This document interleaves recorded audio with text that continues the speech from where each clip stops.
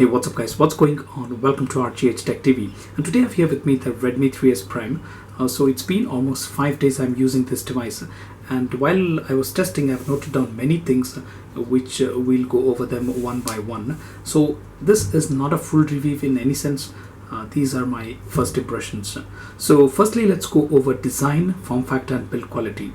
Build quality on this device is really awesome. At this price point, you're getting metal which is being used, and this feels really good in hand.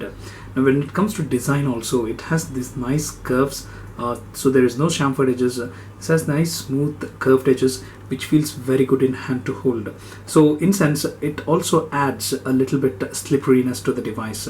And one more thing which I want to let you know is about how compact it feels, how good it feels in hand. So after using these 5.5 inch devices, I feel that this is quite really comfortable to hold. But at the same time, you are compromising on some things. That is, you do have some trade-offs. So that is, media viewing experience is not as good as 5.5 inch devices. And second, while you're typing, you will feel a little bit cramped.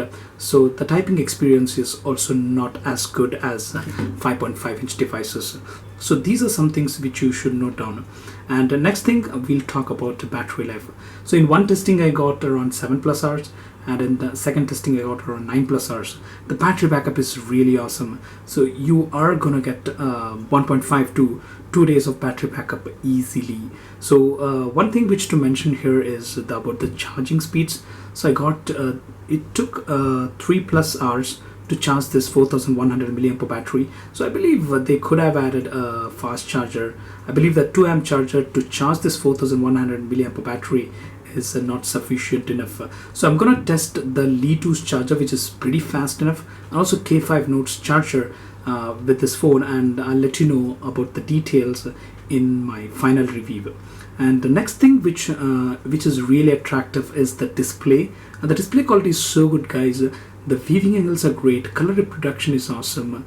So I believe this is one of the best displays. Even though it's a 720p HD display, I really love the display. The contrast it has to it is really awesome, and the color reproduction is also very good on this device. When it comes to gaming and performance, I do not notice any lag. It's buttery smooth. As it's a 720p HD display, the stress on GPU is also pretty less. Hence, gaming was buttery smooth and really good on this device. Now, when it comes to IR Blaster, I'll let you know about that a little bit later. Before that, let's speak about the storage. It comes with 32 gigs of inbuilt storage, and you also have the option of adding a micro SD card, and USB OTG is also supported, or you can directly use USB OTG pen drives. All work perfectly fine on this device, so no issues with the storage. And when it comes to call quality also, I would rate it at 8 out of 10. Good call quality on this device. And fingerprint scanner is also pretty fast, I'll let you know that. So as you can see, it's pretty fast, and as you can see. Alright guys, now let's speak about one more thing which I very much liked. I don't know if how many people would notice that, but the thing is, the vibration or the haptic feedback which you call is very awesome on this. It has that bass feel to it. It actually adds quality to this device, and also feels like you're using a premium device. So it does not have the tinier effect which Li2 had, and a lot of many users asked me like how to disable the haptic feedback on Li2 and so on and so forth. But this has very good haptic feedback. Even Lenovo K5 Note indeed has very good haptic feedback. It makes you feel that you're using a premium device. So this is one thing which I wanted to mention about here. And now let's speak about the software features. I've made 20 awesome features for this device. I've made a video on that. You can watch that. I'll link at the end of this video or in the description box below. And I've mentioned most of the features over there. Probably you might like it, so go ahead and watch that.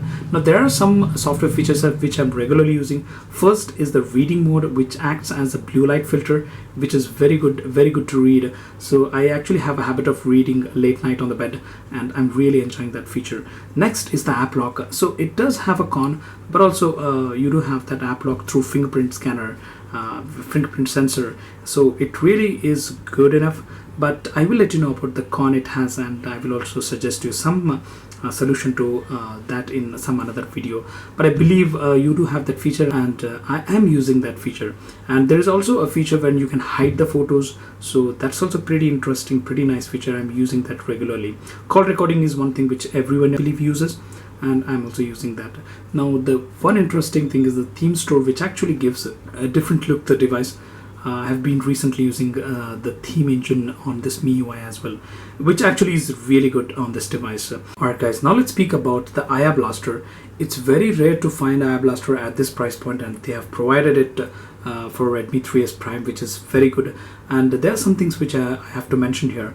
I use this Mi Remote application, and I configured my Philips TV, my Onida TV, and also Reliance Big TV set-top box.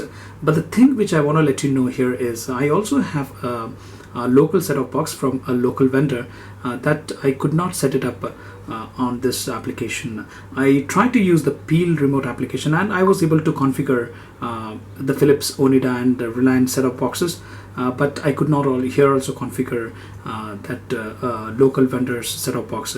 But it actually detected that local vendor's set-top box, but I was not able to find the settings, and hence I've reported to the Peel remote application service, and probably they might, send us some settings sooner or later. And I will keep you updated on that, and I will let you know about that in my full review. So you can wait and watch my full review. So if they send the settings and if it works, that will be a great thing.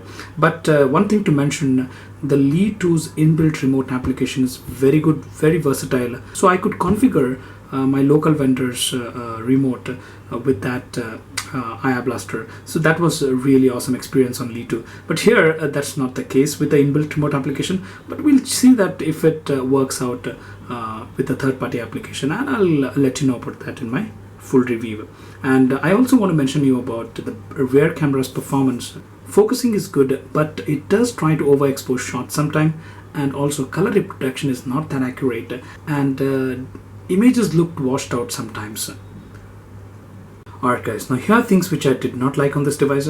First is the speaker output. It was decently loud enough, not too loud, but I felt it was a bit tinier at the high volumes, and also the output through headphones was not that great. And when it comes to media viewing experience, as I said, once you're used to using it on 5.5 inch devices, you'll not like it on 5 inch devices, and also typing experience is not that good on 5 inch device. Now when it comes to app lock, there is an issue. I'll let you know about that in a second. So I have locked this Play Store using that app lock, and I'll try to open it with the fingerprint scanner, and as you can see, it opened up pretty quickly. That was not an issue. Now I'll close the application and I'll clear it from the RAM, and now if I try to open that, it opens up without asking for the password, and it only asks passwords if I turn off the display and then turn it on back. And then now if I try to access this Play Store, it does ask me for the password. Now how the traditional app locks work is once you close the application or once you remove it from the RAM, it should ask you for the password. That's how I want, but it's not working that way, and the same issue I faced it on Li2, and I do have a solution for that, and I'll make a separate video and let you know about that thing. So as of now, I believe it's a con and it should not work the way it's working. And the next thing which I want to mention is about hybrid SIM slot. So it could have been great, if they had provided 2 SIM slots and 1 micro SD card slot. So, and one more thing which is very important to mention is you can only watch YouTube videos at 720p HD resolution, because the display's resolution is itself 720p. So hence I cannot watch, even though if I have good Wi-Fi connection, even though if I have good 4G connection, I cannot watch videos at 1080p, that is full HD resolution. That is one con, so that's also a trade-off. So before buying, just think on what is your priority and whether it suits your needs. Right? And one thing which I want to mention is, if you want to buy this device for front-facing camera, definitely don't go for it. As you can see in the image, it does tend to overexpose the shot, and due to that it also loses the details if you zoom in. and also the color reproduction is not that accurate. So if you're going to buy this device for front facing camera, I would definitely not recommend this. And as I said, the inbuilt remote application as of now only supports standard set-top boxes and TVs, not the local set-top boxes. So make sure of these things. So I'll keep my judgments reserved until a full review, and in the full review I'm gonna let you know about each and every aspect with the details and with full testing. So make sure that you're subscribed, stay tuned. If you have anything to say about this device, or if you have anything to ask about this device, use a comment section. And if you feel this video is informative, give it a thumbs up, share this video with your friends and family, follow us on Twitter at RGH Tech TV, and most importantly, thanks for watching.